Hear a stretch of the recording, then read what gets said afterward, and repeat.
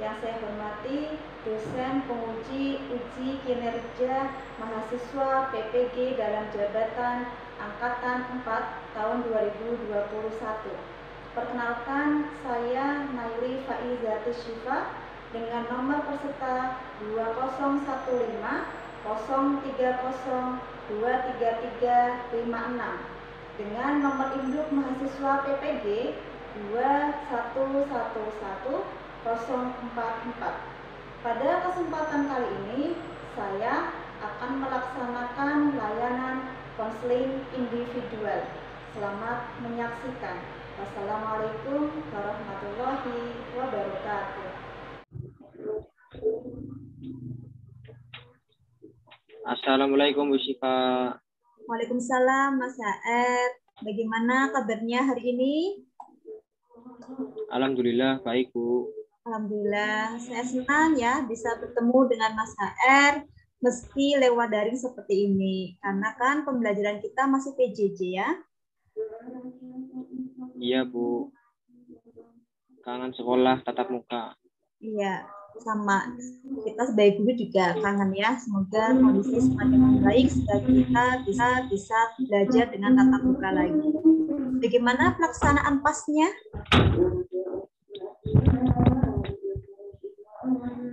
Alhamdulillah lancar Bu. Alhamdulillah. Terus semangat ya dalam belajar. Kegiatannya apa di rumah selama PJJ? Membantu Ibu karena dagang apa Mas Aed? Nasi ponggol, nasi lengko sama gorengan. Wah, jualannya makanan khas Kota Tegal ya itu ya. Nah, semoga usaha Ibu selalu berjalan lancar dan berkah, bisa untuk sekolah Mas HR juga. Amin. Kita bisa belajar dengan tatap muka lagi. Bagaimana pelaksanaan pasnya?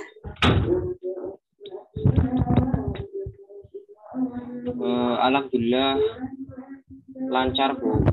Alhamdulillah. Terus semangat ya dalam belajar. Kegiatannya apa di rumah selama PJJ? Membantu Ibu karena kebetulan Ibu pedagang. Oh, hebat ya Mas HR. Anak yang baik pada laki-laki tapi mau membantu Ibu ya. Kalau boleh tahu Ibu dagang apa Mas HR?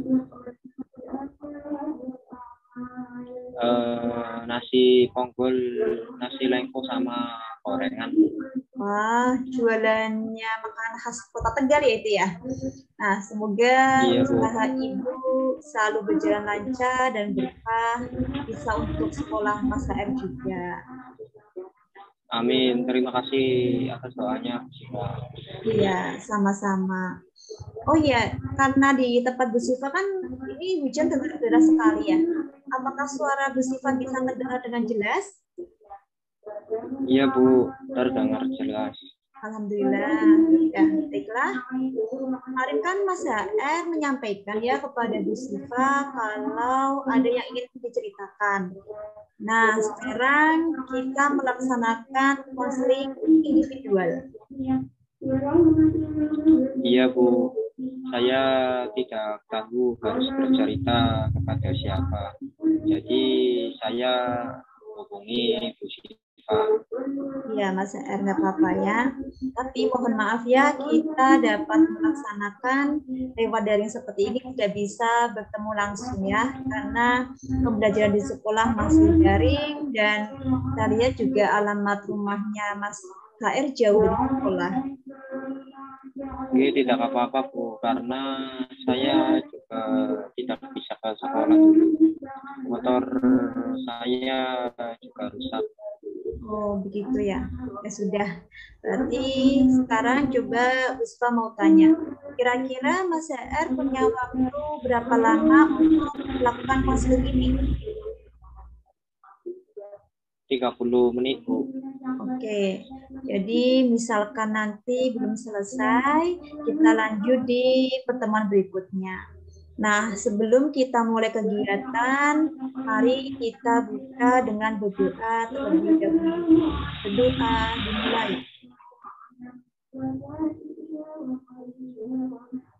Selesai. Semoga dengan kita berdoa kepada Allah, senantiasa Allah meridhoi kegiatan kita pada hari ini. Dalam konseling individu itu ada asas kerahasiaan ya. Nanti Mas HR boleh menceritakan semua apa yang dirasakan Mas HR, menyampaikan segala unek-unek dan akan dijamin kerahasiaannya. Kemudian Mas HR juga bisa terbuka cerita kepada Bu Siva masalah apa yang Mas HR rasakan. Nah, kira-kira yang sedang Mas HR rasakan saat ini apa? Coba ceritakan kepada Bu Siva. Saya sekarang punya masalah, Bu. Saya malas sekolah, tugas-tugas saya menumpuk, dan itu karena saya ingin melanjutkan kuliah di luar kota nanti setelah lulus. Tapi orang tua saya tidak menyetujui. Saya tidak tahu harus bercerita kepada siapa tentang yang saya rasakan saat ini. Oh, Mas HR pengen kuliah ya. Sementara kan masih lama Mas HR, sekarang masih kelas 10. Iya, Bu, kuliah, dan saya ingin kuliah di luar kota karena saya pernah ke sana. Saya suka dengan kotanya dan di sana ada saudara saya juga sih. Kalau boleh tahu, di mana itu Mas HR?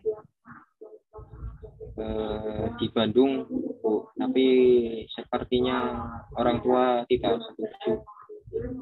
Oh, jauh juga ya Mas HR ya, di Bandung di Jawa Barat ya. Coba ceritakan kepada Bu Siva, kenapa kok orang tua tidak setuju? Jadi bapak saya kerja di laut, pulangnya setahun sekali. Jadi bapak saya pengennya saya di rumah saja, nemenin ibu dan adik. Bapak tidak ingin saya pergi jauh dari rumah. Padahal saya anak laki-laki yang ingin merantau dan ingin banyak tahu pengalaman. Oh iya ya. Kemudian apakah Mas HR sudah menceritakan kepada Bapak mengenai keinginan untuk kuliah di luar kota? Sebenarnya sih belum, Bu, karena pasti melarang dan saya tidak berani karena Bapak pasti marah-marah. Berarti dengan kata lain, Mas HR takut bilang ke Bapak kalau ingin kuliah di Bandung ya? Iya, Bu. Kemudian Bu Siva mau tahu nih, dengan Mas HR memendam rasa dan perasaan seperti itu, kira-kira mengganggu waktu belajar Mas HR apa tidak? Iya, Bu. Saya malas mengikuti pelajaran dari guru. dan mengerjakan tugas-tugas sehingga menumpuk. Sekarang Bu Siva pengen tahu juga, apakah itu terjadi karena Mas HR memendam keinginan untuk kuliah di luar kota nanti? Iya Bu, sangat. Dan aslinya Mas HR ingin ngomong dengan orang tua tentang keinginannya ya? Iya Bu, tapi saya tidak berani. Karena menurut Mas HR, Bapak pasti akan menolak dan marah. Iya Bu. Kemudian rencana Mas HR bagaimana? Mas HR pengen ngomong terkait keinginan saat ini kepada orang tua atau nanti saja jika sudah lulus? Sepertinya nanti saja Bu. Saya sudah takut duluan. Saya takut jika nanti Bapak malah marah-marah. Berarti intinya Mas HR tetap pengen ya ngomong jujur kepada orang tua? Iya sih, tapi saya takut Bu. Tapi Mas HR tahu tidak konsekuensinya apa yang terjadi jika Mas HR tidak ngomong tentang keinginan ini kepada orang tua? Karena kan Mas HR jadi malas sekolah, kemudian malas mengerjakan tugas gitu. Iya Bu, tapi saya pernah dengar jika Bapak ingin saya di rumah saja dengan ibu dan adik. Terus tidak mengizinkan saya ke luar kota. Dan akhirnya Mas HR menyimpulkan ya kalau orang tua itu tidak setuju kalau Mas HR kuliah di luar kota. Iya Bu. Dan hal itu yang membuat Mas HR semakin menciut, takut untuk berbicara pada orang tua. Karena berarti kan Mas HR itu aslinya tetap memendam rasa kecemasan yang muncul dalam hati ya. Iya, seperti itu Bu yang saya rasakan. Kalau kuliah yang dekat rumah saja bagaimana Mas HR? Jadi tidak perlu keluar kota yang jauh dari ibu dan adik. Saya maunya sih di Bandung Bu, karena pernah mengantar saudara dan saya merasa cocok. Saya suka dengan kotanya yang adem dan bagus. Jadi Mas HR aslinya tetap punya keinginan untuk ngomong ke orang tua kan? Ada Bu, tapi tidak berani. Berarti Mas HR aslinya pengen ngomong ke orang tuanya sekarang atau nanti saja? Ya pengennya ngomong sekarang, tapi saya beraninya ngomong sama ibu. Kalau sama Bapak tidak berani, karena saya tidak terlalu dekat dengan Bapak Bu. Karena Bapak jarang di rumah. Ya, Bu Siva bisa mengerti ya perasaan Mas HR.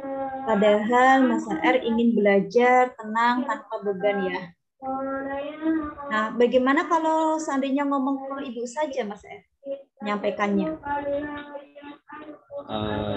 Bisa Bu, ide yang bagus itu. Aslinya sih ada benarnya Bapak pengen saya dekat sama ibu dan adik saja, tapi saya ingin kuliah di luar kota Bu. Gitu ya, ya ibu bisa memahami yang Mas HR rasakan gitu ya. Apa saya ngomongnya ke ibu saja ya Bu, kan kalau sama ibu saya lebih dekat, jadi saya berani ngomong dan nanti ibu yang menyampaikan ke Bapak.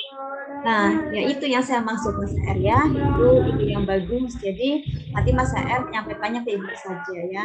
Apakah Mas HR siap jika menyampaikan kepada ibu? Insya Allah siap. Baiklah ya. Kalau begitu dalam konseling ini kita mencari bagaimana agar Mas HR berani menyampaikan kepada ibu. Dan dalam kesempatan ini, Bu Siva akan menggunakan pendekatan rasional emotif behavior terapi. Bu Siva akan menjelaskan bagaimana teknik mekanisme A, B, C, D, E, F. Ya. Nah, sudah terlihat ya Mas HR? Sudah, Ya Bu. jelas ya, iya. Di sini adalah mekanisme A, B, C, D, E, F dalam REBP. A itu antecedent event ya. Ini timbul dari perilaku yang pertama. Nah, ini adalah awal perilaku ya. Antecedent event ini muncul karena B, yaitu belief rasional dan belief irasional. Belief itu adalah keyakinan ya atau kepercayaan. Dan ada yang rasional, ada yang irasional. Belief ini kemudian menghasilkan konsekuen ya. Jadi ada konsekuensinya. Misalkan kayak orang yang gila kehormatan.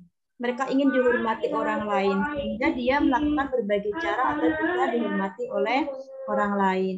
Nah, konsekuensi ini bisa dihilangkan dengan dipertentangkan, yaitu D, disputing, dipertentangkan. Sehingga nanti pikiran irasionalnya itu akan bisa menghilang dan sehingga menghasilkan efek, menimbulkan efek. Dan efek ini itu lebih dekat dengan F, yaitu healing. Nah, ini mekanisme A, B, C, D, E, F dalam REBP. Bisa dipahami ya Mas HR? Nah, coba sekarang Bu Siva tanya. Ya, alhamdulillah. Dari yang A tadi, antecedent event, situasi apa yang sedang Mas HR alami saat ini? Tidak semangat belajar dan tidak mengumpulkan tugas. Nah, kalau yang B atau belief ya, keyakinan atau pemikiran, Mas HR sekarang mengembangkan rasional atau irasional? Saya tidak tahu, Bu. Mungkin rasional. Ya, Mas HR itu saat ini mengembangkan irasional ya, dan hal ini terjadi karena Mas HR mengira kalau orang tua tidak akan setuju. Padahal kan Mas HR belum berbicara kan kepada ayah. Kemudian apakah Mas HR akan membicarakan kepada orang tua atau akan tetap berpikir irasional dengan tidak berbicara kepada orang tua? Saya akan berbicara kepada orang tua, Bu. Ya, kira-kira kapan Mas HR akan berani melaksanakan komitmen ini kepada Ibu? Insya Allah nanti sore. Ya, bagus, hebat ya Mas HR, komitmen Mas HR sendiri itu. Nah, Bu Siva akan melihat hasil dari komitmen Mas HR ya. Kemudian Bu Siva juga mau tanya nih, pemahaman baru apa yang Mas HR dapatkan dari kegiatan kita ya sebelum kita akhiri? Saya sedikit paham tentang mekanisme A, B, C, D, E, F dalam rasional, emotif, behavioral, terapi, dan saya sadar masalah saya terjadi karena mengembangkan pemikiran irasional. Ya, kemudian sekarang bagaimana perasaan Mas HR sekarang setelah kita melakukan kegiatan? Perasaan saya jadi tenang karena saya akan bisa berbicara kepada Ibu, sehingga saya tidak harus berpikir irasional dan membuat saya jadi malas belajar dan malas melakukan tugas. Oke, baik. Jadi dari awal sampai akhir kita tahu banyak hal ya Mas HR. Yang pertama yaitu Mas HR malas dan tidak mau mengerjakan tugas karena takut berbicara kepada orang tua tentang keinginan kuliah di luar kota ya. Dan akhirnya Mas AR berani memutuskan berbicara kepada ibu ya, karena apabila kita pendam terus-menerus maka akan mengganggu dalam belajar. Dan Mas AR hebat ya, karena cepat bisa memahami. Nah, setelah kegiatan ini Bu Siva akan mengirimkan link kepuasan konseling ya. Nah, bagaimana cara pengisiannya? Nah, Bu Siva akan share cara pengisian linknya ya. Nanti bisa jelaskan cara pengisian linknya, nanti Mas HR bisa isi ya. Seperti apa? Bentar, Bu Siva tampilkan di sini.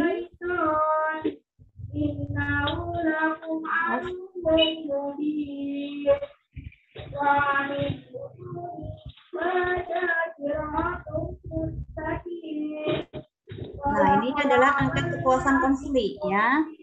Mas R. Nanti bisa isi ya. Di sini ada nama, kemudian ada kelas, ada sekolah, ada nama konselor. Nanti bisa diisi namanya Bu Siva ya. Kemudian hari dan tanggal pelaksanaan konseling kita. Nanti juga diisi. Nah, klik berikutnya, kemudian nanti akan muncul beberapa pertanyaan yang bisa diisi oleh Mas R.